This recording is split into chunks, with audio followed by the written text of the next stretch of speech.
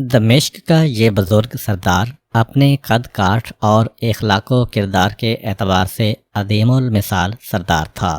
یہ محض شکل و صورت کے اعتبار سے بزرگ نہ تھا، بلکہ قلب و نظر کے اعتبار سے بھی فرشتہ سیرت انسان تھا۔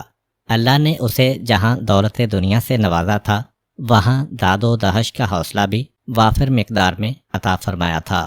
اس کی اسی خوبی نے اسے اہل دمشق کی آنکھوں کا تارا بنا دیا تھا، چنانچہ وہ اس پر دل و جان سے فدا ہوتے تھے۔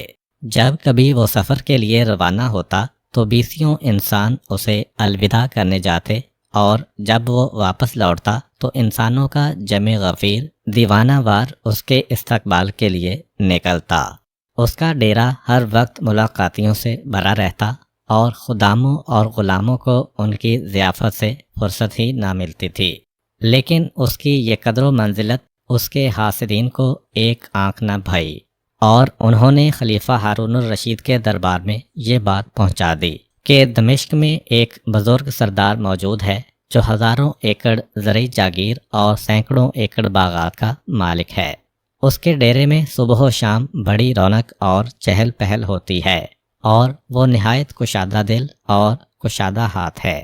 اس کے بیٹے اور پوتے، خدام اور غلام گھوڑوں اور خچروں پر سوار ہو کر جہاد روم میں شرکت کرتے ہیں، اور کسی فرد کا اس قدر مالدار اور با اثر ہونا خطرے سے خالی نہیں، اور ممکن ہے کہ وہ کسی وقت علم بغاوت بلند کر دے اور ملک شام کو تمہارے ہاتھ سے چھین لے، کیونکہ وہ ان شاہینوں کا چشم و چراغ ہے جو مشرق میں 1 صدی حکومت کرنے کے بعد ہسپانیہ میں جاہ و جلال سے حکومت کر رہے ہیں۔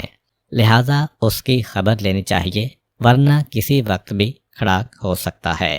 جو ہی ہارون الرشید نے یہ بات سنی تو اس کی نیند حرام ہو گئی، اور اس نے فوراً اپنے پولیس آفیسر منازع کو بلایا اور اسے حکم دیا کہ ابھی دمشق کی طرف نکلو اور اس آدمی کو بیڑیاں پہنا کر میرے پاس لاؤ، اور اسے اونٹ کے ہووج میں ایک طرف بٹھانا اور خود دوسری طرف بیٹھنا، اور اس کے گھر کا جائزہ لینا، اور جو کچھ وہ کہے وہ حرف بحرف یاد رکھنا، اور یہاں آ کر مجھے بتانا۔ پولیس آفیسر نے اس بزرگ کی گرفتاری کا شاہی وارنٹ لیا اور اپنی پولیس کا خصوصی دستہ لے کر اپنے مشن کی طرف نکل پڑا، اور عراق کے وسیع و عریض صحراؤں کو طے کرتا ہوا شام کے سرسبز و شاداب علاقوں میں داخل ہو گیا۔ اس راستے میں اسے اللہ تعالیٰ کی قدرت کاملہ اور حکمت بالغہ کے بے شمار عجائبات نظر آئے، لیکن اس نے انہیں نظر بھر کر نہ دیکھا، کیونکہ اس کی نظر اپنے اہم مشن کی تکمیل پر تھی۔ وہ اسی فکر میں ڈوبا ہوا تھا کہ پتہ نہیں اتنے بڑے سردار بزرگ کی گرفتاری کس طرح عمل میں آئے گی۔ ایسا نہ ہو کہ اس عمل میں ہولناک تصادم ہو جائے، کیونکہ رعیت کے کسی بے گناہ شخص کو رسوا کن طریقے سے گرفتار کرنے سے انسانی جذبات بھڑک اٹھتے ہیں، اور لوگ مرنے مارنے پر تل جاتے ہیں، اور دیکھتے ہی دیکھتے معاملہ کچھ سے کچھ بن جاتا ہے۔ لیکن جو کچھ ہو سو ہو، گرفتار تو بہرحال کرنا ہی ہے، کیونکہ اس کو گرفتار کرنا خلیفہ کا تاکیدی حکم ہے۔ وہ یہ سوچتا ہوا دمشق میں داخل ہو گیا، اور پوچھتا پچھاتا ہوا اس سردار کے ڈیرے پر جا پہنچا، اور بغیر پوچھے ہی اس کے ڈیرے میں داخل ہو گیا۔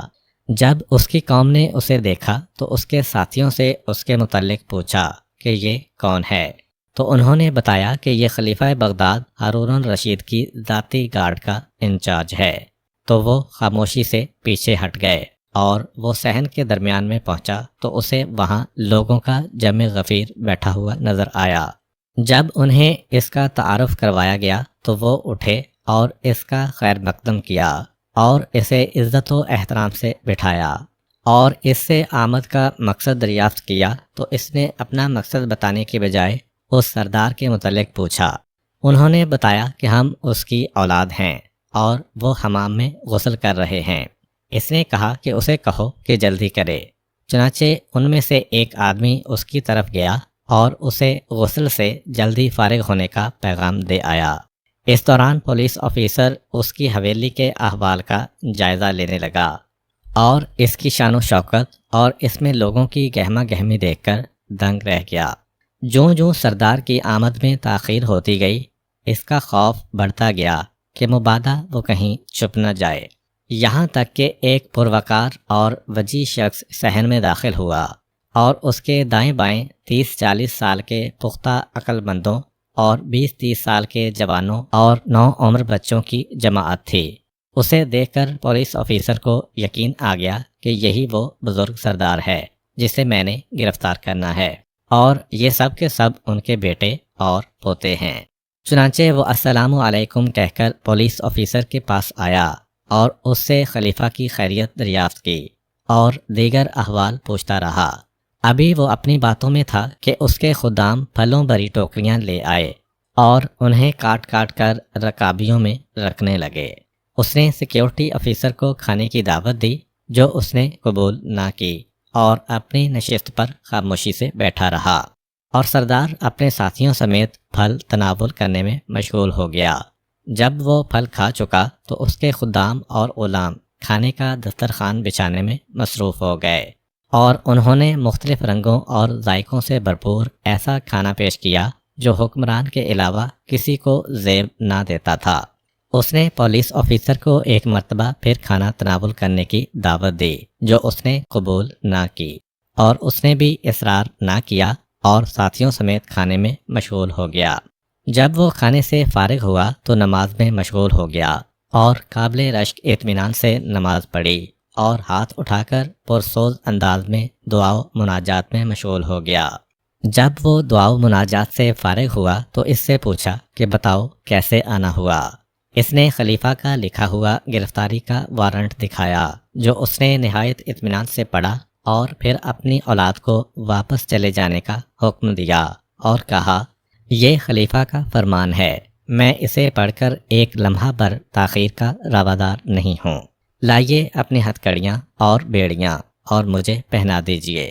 چنانچہ سیکیورٹی آفیسر نے ہتھ کڑیاں اور بیڑیاں منگوائیں اور اسے پہنا کر اونٹ کے ہودج میں ایک طرف بٹھا دیا اور خود دوسری طرف بیٹھ گیا۔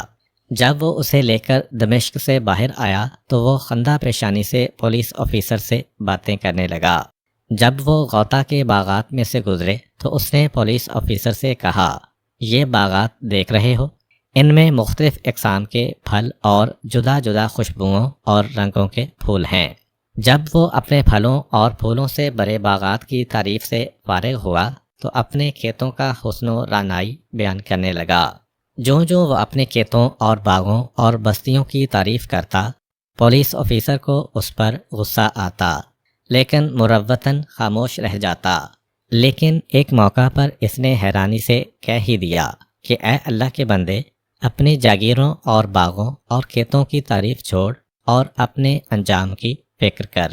خلیفہ کو تیری اسی مالداری اور آسودہ حالی نے پریشان کر دیا ہے، اور اس نے تجھے توہین آمیز طریقے سے گرفتار کر کے اپنے سامنے پیش کرنے کا حکم دیا ہے۔ چنانچہ ہم انہی کے حکم کے مطابق تجھے تیرے اہل و عیال اور حاشیہ نشینوں کی موجودگی میں گرفتار کر کے لا رہے ہیں۔ تجھے اس بات کی فکر ہی نہیں کہ تیرے ساتھ کیا ہونے والا ہے۔ پولیس آفیسر کی بات سن کر اس نے انا للہ و انا الیہ راجعون پڑھا اور کہا، اے منازع، تیرے بارے میں میری فراست غلط ہو گئی۔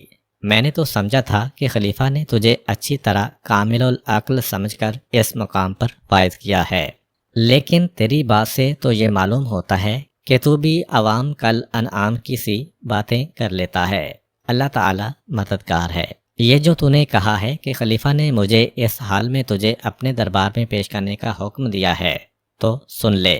مجھے اس خالق اور مالک پر مکمل بھروسہ ہے جس کے قبضہ و قدرت میں میرا مقدر ہے۔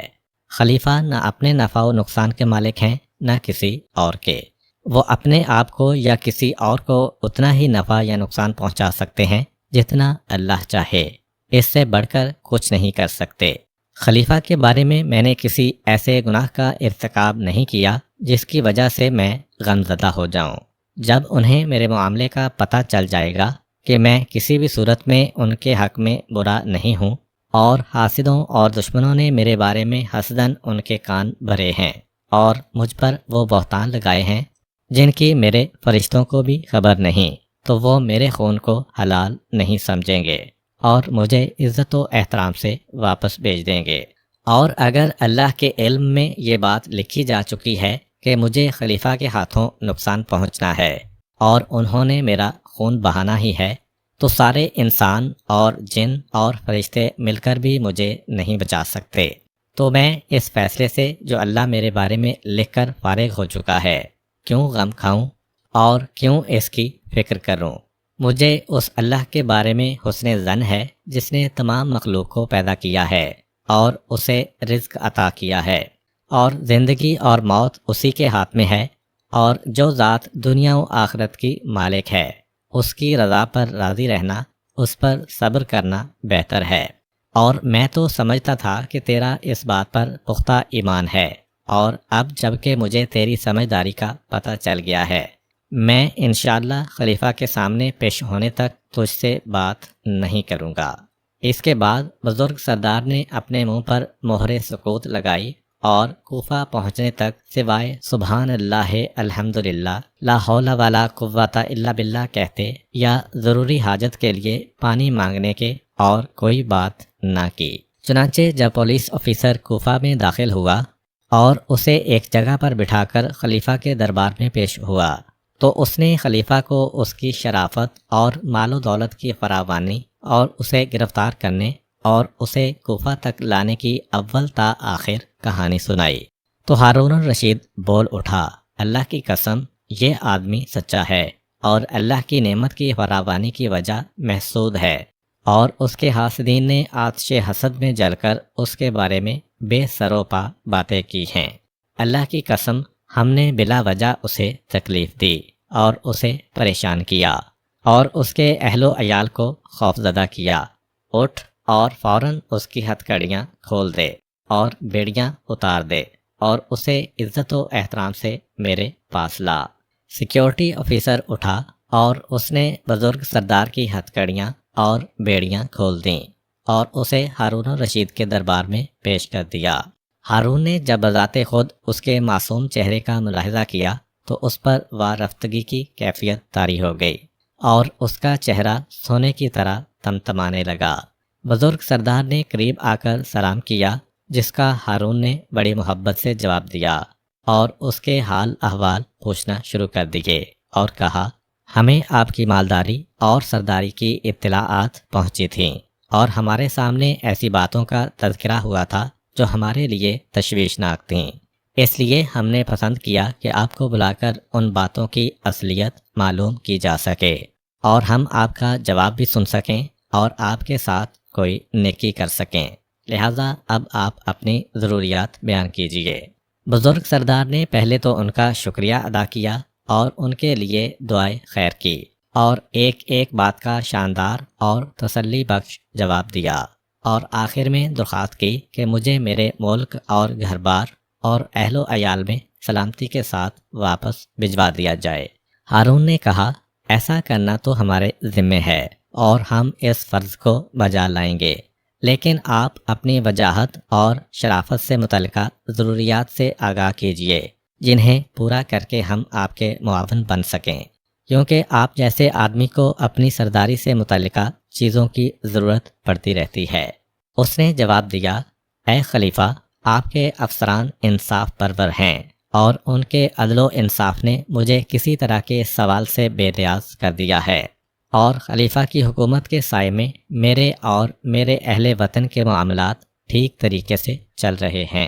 ہارون الرشید نے کہا، تمہیں اپنے ملک میں امن و امان سے جانے کی اجازت ہے، اگر کبھی آپ کو ہماری ضرورت پڑے تو خط لکھ دینا، تعمیل کر دی جائے گی۔ اے منازع، اسے فوری طور پر وہاں پہنچاؤ جہاں سے لائے تھے۔ چنانچہ بزرگ سردار کو عزت و احترام سے واپس پہنچا دیا گیا اور حاسدین کی امیدیں خاک میں مل گئیں۔ امید کرتا ہوں کہ آپ کو آج کی ویڈیو اچھی لگی ہوگی۔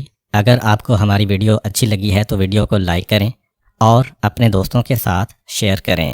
ملتے ہیں نیکسٹ ویڈیو میں، تب تک کے لیے اجازت دیجیے۔ اللہ حافظ۔